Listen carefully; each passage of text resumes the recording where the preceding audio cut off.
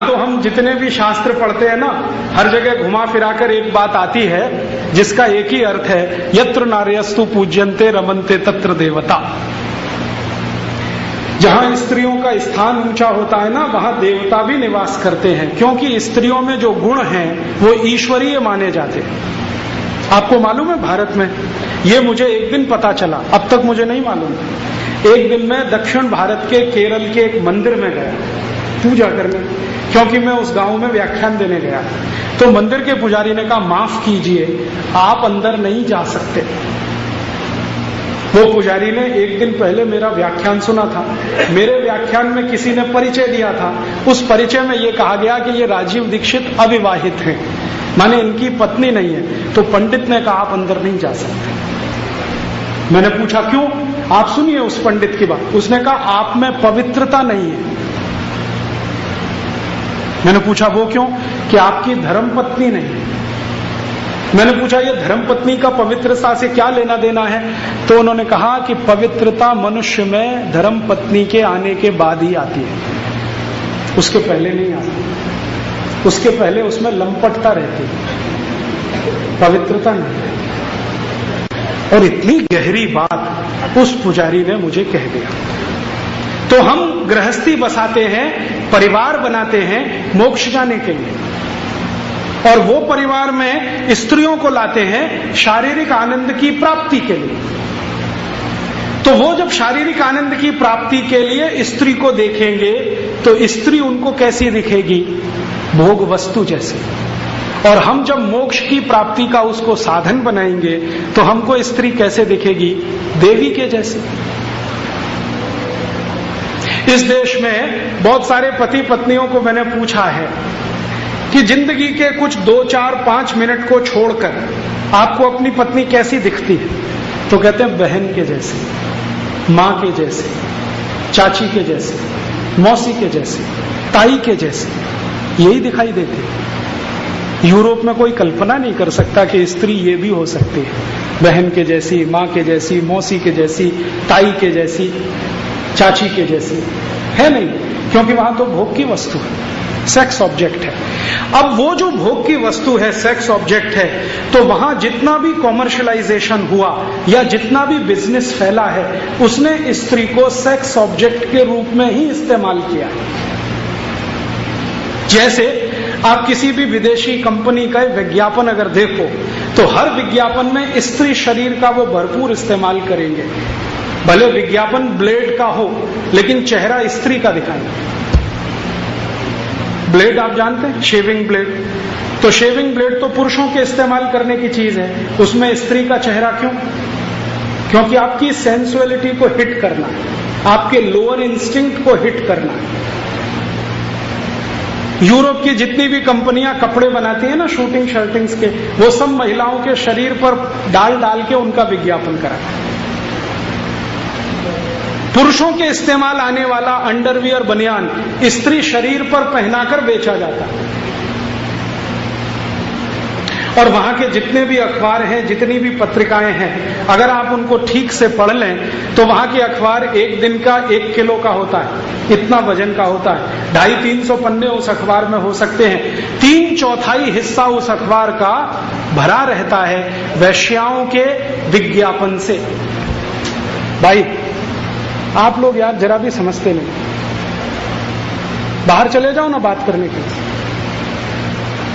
इतने शांति से सब लोग सुन रहे हैं और आप कचर कचर कर रहे हैं।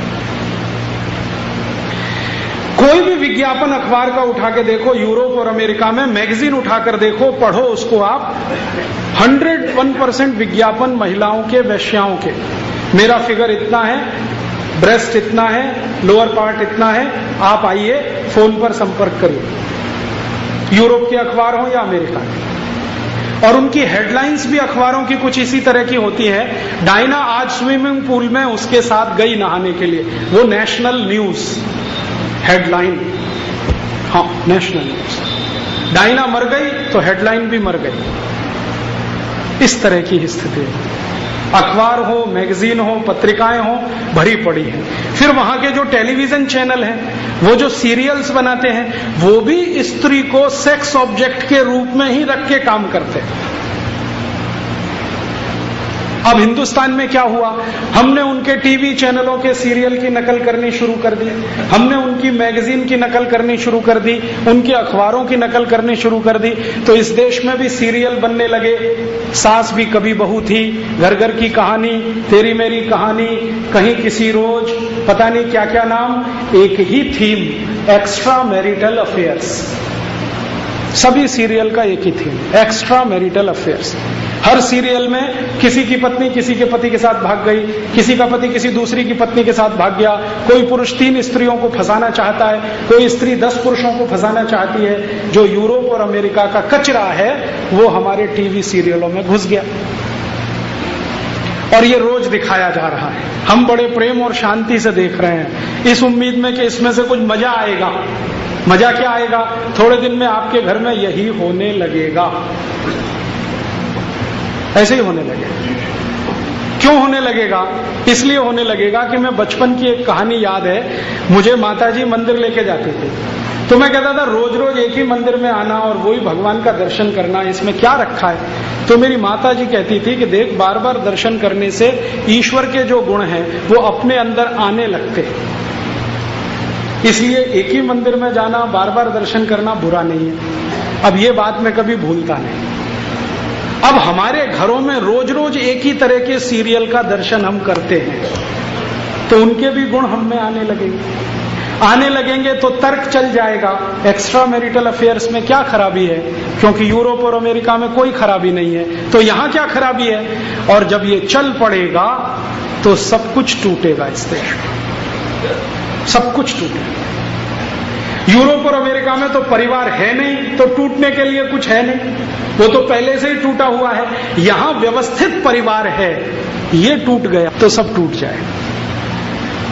और हमारे यहां आज हिंदुस्तान में स्त्रियों के प्रति जो हिंसा बढ़ रही है, बलात्कार के केसेस आ रहे हैं, छेड़खानी की घटनाएं बढ़ रही हैं, इनका बहुत बड़ा असर विदेशी दर्शन से है, यूरोपियन फिलॉसफी से है, जो हर सड़क चलती स्त्री को सेक्स ऑब्जेक्ट मानता है। हमारी आंखों में आ गया, और आंखों में आ गया है तो उतर गया शरीर में। तो हमारे आज की पढ़ाई से निकले हुए जो लड़के लड़कियां हैं ना, ये ऐसे ही देखते हैं एक दूसरे को। मैंने किसी कॉलेज में, यूनिवर्सिटी में रक्षाबंधन मनाए जाते नहीं देखा है, वैलेंटाइन डे सब जगह। अब ये रक्षाबंधन नहीं रहेगा और वैलेंटाइन डे सब जगह आ जाएगा, तो वो तो सेक्स ऑब्जेक्ट ही होने वाला है ना। अंतिम परिणाम यही निकलेगा, हर घंटे बलात्कार, हर घंटे छेड़खानी की घटनाएं बढ़ने ही वाली हैं। फिर हम कितने ही कानून बना लें, वो रुकेंगे नहीं। यूरोप में कभी भी आप किसी देश में जाएं तो बहुत इंटरेस्टिंग चीज दिखाई देती है। यूरोप में बड़े बड़े ब्रॉथल्स हैं, ब्रॉथल्स माने वेश्याघर। तो उन ब्रॉथल्स में कुछ दिन पहले तक एक तख्ती लगी होती थी, अब वो तोड़ के उन्होंने हटा दी है। तख्तियां लगी रहती थी। फ्रांस में जाओ तो फ्रेंच में, जर्मनी में तो जर्मन में, डेनमार्क में जाओ तो डेनिश में, नीदरलैंड में जाओ तो डच भाषा में उन तख्तियों पे कुछ लिखा रहता था। जैसे रेड लाइट एरिया होता है ना, रेड लाइट एरिया, ये यूरोप का शब्द है, भारतीय शब्द नहीं, रेड लाइट एरिया। तो रेड लाइट एरिया जहां शुरू होता है वहां एक बड़ा बोर्ड लगा रहता है और उस पर बड़े बड़े अक्षरों में लिखा रहता है, सावधान, कहीं आप अपनी बेटी के साथ ही संसर्ग करने तो नहीं जा रहे, सावधान। क्योंकि बेटी तो घर में है नहीं, पैदा होते ही छोड़ दिया, वो लावारिस घर में पली है, बड़े होकर किसी ने खरीद लिया उसको, वैश्या बना दिया। अब आपको मालूम नहीं है कि आप जाएं तो आपकी बेटी से ही संसर्ग करना ना पड़ जाए, तो वहां लिखा रहता है। तो फिर इसका व्यवस्था कैसे होती है, तो वहां एक आजकल डॉक्टर बैठने लगे हैं जो ब्लड चेक करते हैं आपका, कि आपका ब्लड ग्रुप देख लो और जिसके साथ सोने जा रहे हो उसका ब्लड ग्रुप मैच कर लो, कहीं ऐसा ना हो कि वो आपकी ही बेटी, आपकी ही बहन। इतना गिर चुका है, इतना गिरा हुआ यूरोप, जहां के पुरुष अपनी बहनों से, बेटियों से संसर्ग करने के लिए वेश्याघरों में जाते हों और वहां से कोई हमको ये बढ़ाने आए कि तुम नालायको, हम महान हैं।